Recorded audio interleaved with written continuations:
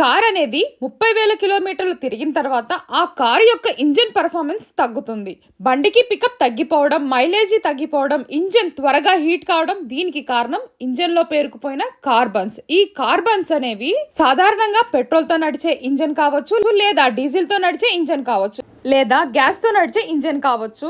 ఇందులో కేవలం 70% ఫ్యూయల్ మాత్రమే వేస్టేజ్ అవుతుంది. 30% వేస్టేజ్ అయిన ఫ్యూయల్ మొత్తం కార్బన్స్ రూపంలో ఇంజిన్ యొక్క హెడ్ పైన, వాల్స్ పైన, పిస్టన్ పైన, వాల్స్ లోపల గడ్డలు గడ్డలుగా పెరిగిపోతుంది. ఇలా కార్బన్స్ ఇంజిన్ లోపల ఎక్కడ పడితే అక్కడ పెరిగిపోవడం వల్ల ఇంజిన్ యొక్క లైఫ్ అనేది పడిపోయి పొల్యూషన్ కి దారితీసే ప్రమాదం ఉంది. 100 cc నుంచి 15,000 cc ఇంజిన్ వరకు ఇంజిన్ ఓపెన్ చేయకుండా USA అండ్ జర్మన్ టెక్నాలజీ నోస్ 2 మెషిన్ తో అన్ని వాహనాలు మరియు జనరేటర్స్ కార్బన్ క్లీనింగ్ అయితే చేస్తారు. దీని వల్ల చాలా ప్రయోజనాలు ఉన్నాయన్నమాట. మీరు చూడొచ్చు before and after. Engine value, engine piston, engine EGR value, engine spark plug, diesel particulate filter, exhaust pipe అన్ని పార్ట్స్ బాగా క్లీన్ అయినవి.